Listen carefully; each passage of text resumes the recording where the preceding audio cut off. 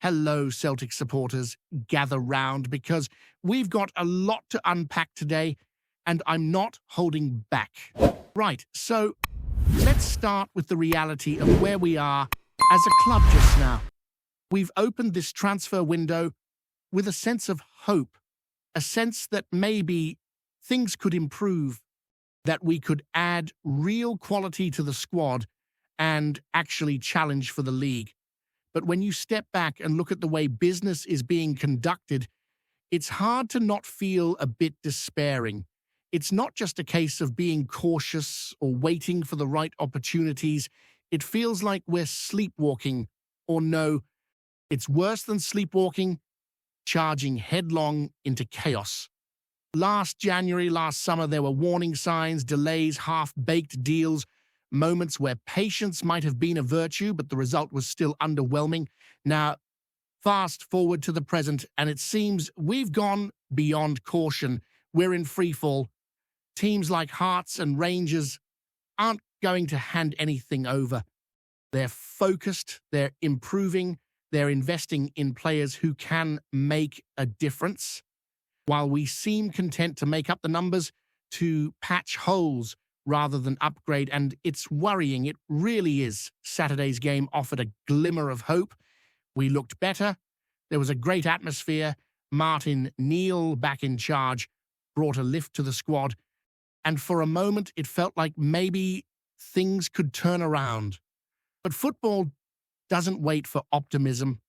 The very next day, Hearts win with 10 men and a goalkeeper performance from Craig Gordon that could make even the best in the business envious. Rangers grind out a win in a tough away game, showing the level of focus and commitment required at this stage of the season. And Celtic, well, we're not there yet. We're not showing the ambition needed to keep pace. The transfer targets we're being linked with don't inspire confidence, and even if they were to arrive, they don't seem anywhere near the standard required to genuinely challenge for the title. It feels like a team of minimal ambition is being built while our rivals are laying foundations for something substantial.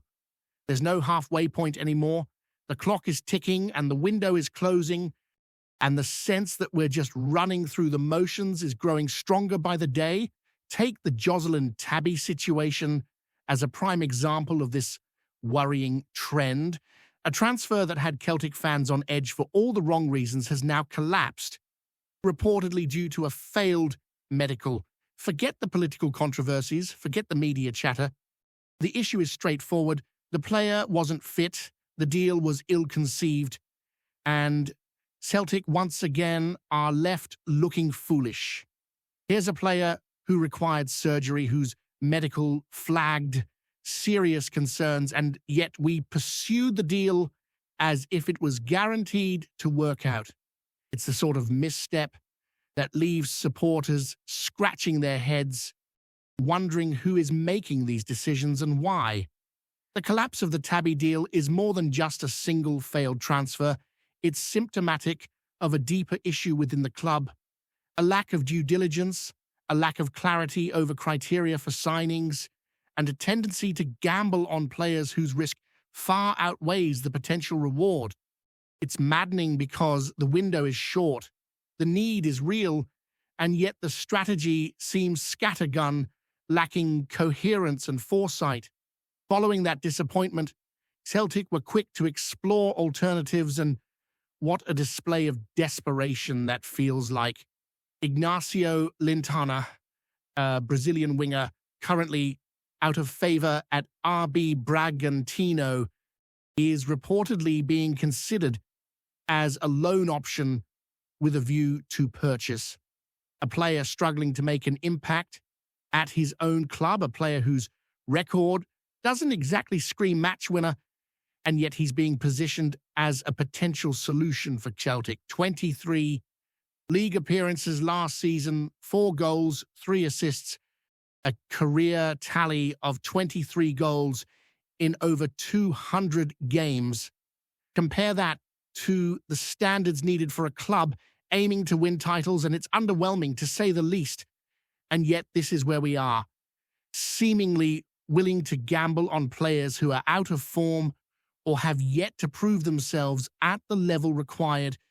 There's an expectation, it seems, that Celtic fans will simply accept this as progress, when in reality it's just another reminder that ambition, at least in the transfer market, is in short supply. And if the winger situation is concerning, the striker targets are even more alarming. Rumours link Celtic with Mohamed Bamba from FC Lorient, a player who has struggled for confidence and game time, and whose statistics over the past few seasons paint a sobering picture. 1 goal this season, a handful of goals across cup competitions, and hardly a figure to inspire hope for a club in desperate need of a reliable goal scorer.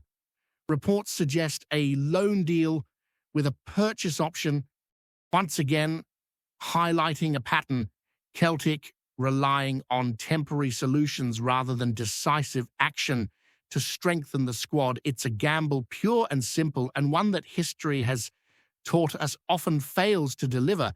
Yet somehow these options are being entertained, and the involvement of agents like Dudu Duhan, whose previous recommendations have been, let's say, questionable, adds to the skepticism.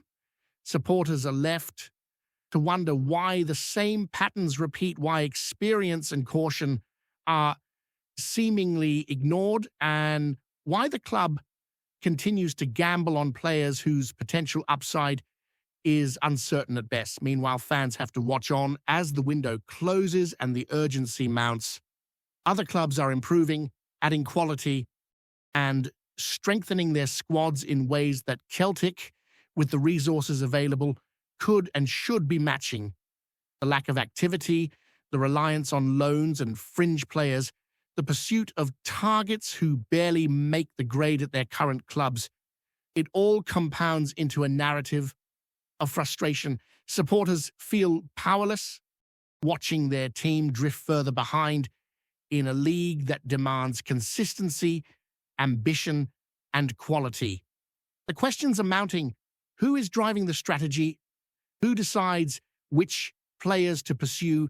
And why are we continually chasing options that barely scratch the surface of what's required? There's a disconnect between the urgency of the situation and the approach being taken, and every new rumour or collapsed deal feels like confirmation that Celtic are once again content to muddle along rather than take bold, decisive action.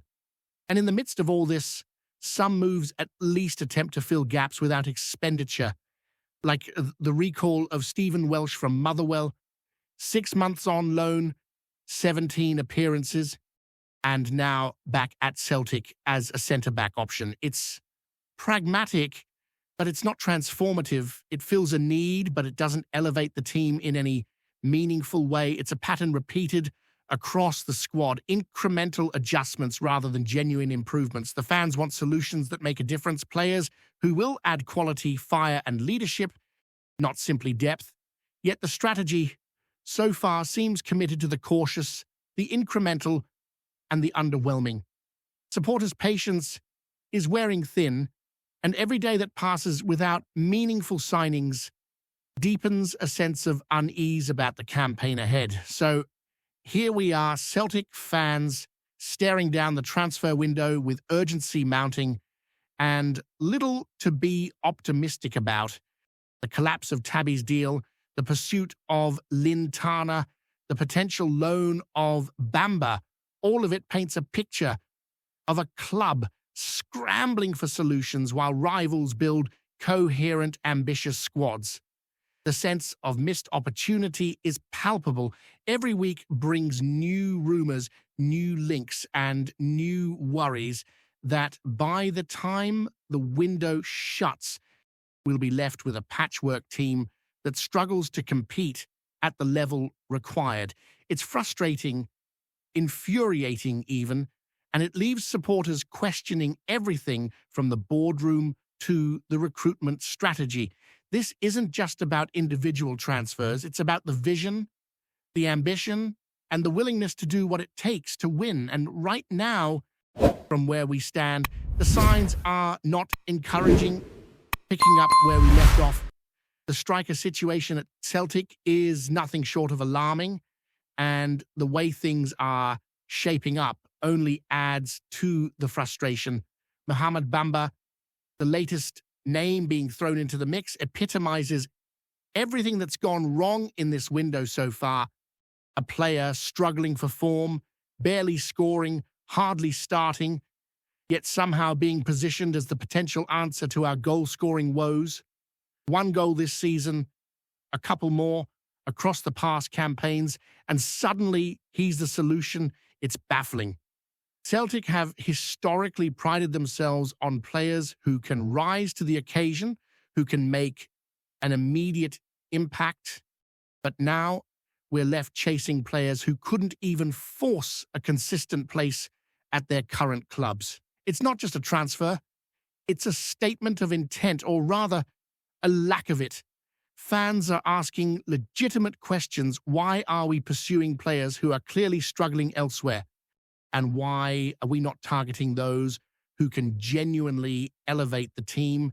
The strategy, if you can call it that, feels scattergun and reactive rather than proactive. The transfer window is short, and yet it feels like decisions are being made without any real foresight. Then you've got the ever-present influence of agents like Dudu Duhan, who seem to have a recurring role in Celtic's recent transfer activity. For every questionable deal, there's a whisper of Duhan somewhere in the mix, pushing players whose records are far from convincing. It's maddening because it sends a clear message that relationships and history are sometimes valued over actual quality and suitability for the squad. Fans are left to digest yet another potential signing and think, are we genuinely building a team, or are we just treading water with players who carry more baggage than promise? Every rumor, every failed medical, every link to a struggling player compounds the sense of stagnation. Celtic supporters want ambition, players who can lead, inspire, and make a difference on the pitch, but instead, we're being offered stopgap solutions, loans, and individuals who have yet to prove their worth at a high level. It's a pattern that repeats itself, and it's exhausting to watch. And the winger situation isn't any better. Ignacio Lintana, the Brazilian winger, being considered after Tabby's collapse, perfectly illustrates the issue.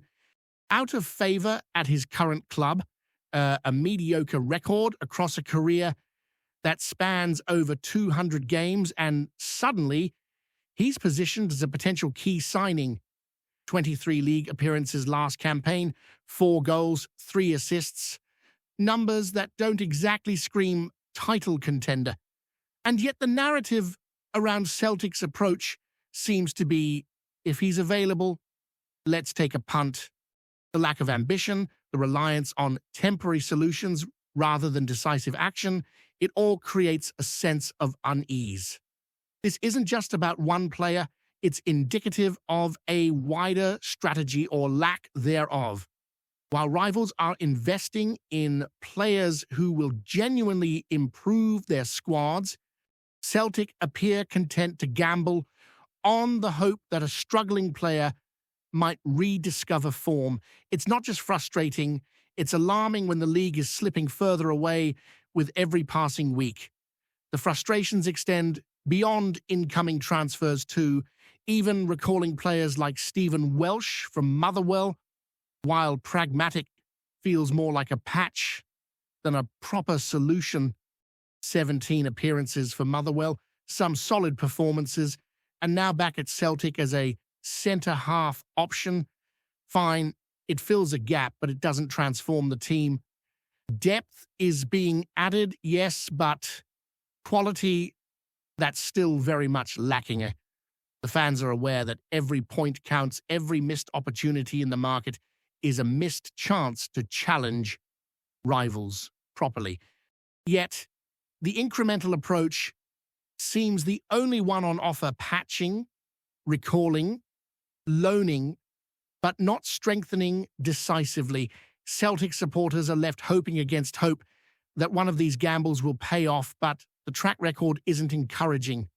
There's a sense of déjà vu here, of history repeating itself in a way that is deeply frustrating for anyone who cares about the club. And what makes it worse is the contrast with our rivals. Rangers, Hearts, and others are actively improving their squads, spending wisely, targeting players who can make an impact now. Celtic, meanwhile, appear content to pursue loans and fringe players. There's a disconnect between what is needed to win the league and what is being delivered in the transfer market. The expectation should be ambition, a coherent plan, and targeted recruitment. But the reality is far from that.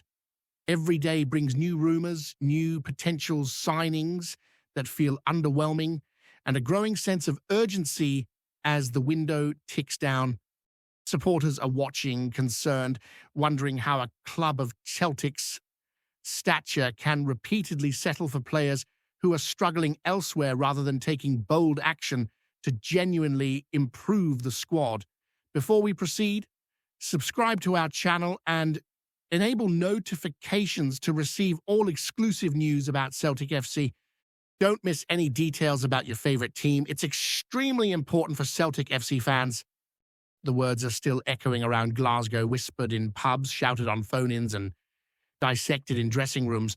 Martin O'Neill, never one to shy away from psychological warfare, has once again lit the blue touch paper.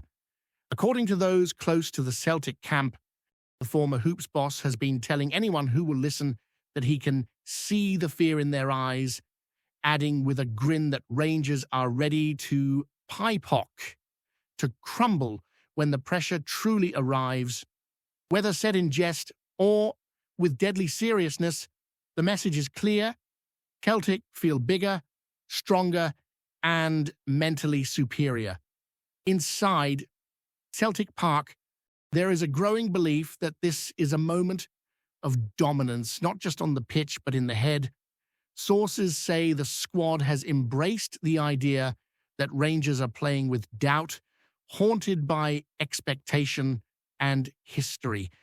The talk is not about tactics or fitness, but about nerve. Celtic people believe that when the noise rises and the game tightens, it is Rangers who will blink first. On the other side of the city, the comments have not gone unnoticed. Some Rangers figures see O'Neill's words as classic mind games, the kind designed to provoke a reaction and drag focus away from football. Others, however, privately admit that such remarks can sting, especially when they are repeated often enough to sound like truth. Fear, after all, is a dangerous accusation in this rivalry. What makes the rumor more intriguing is the sense that Celtic are enjoying this psychological edge. They feel comfortable, confident, even arrogant, and in Glasgow football that can be a weapon.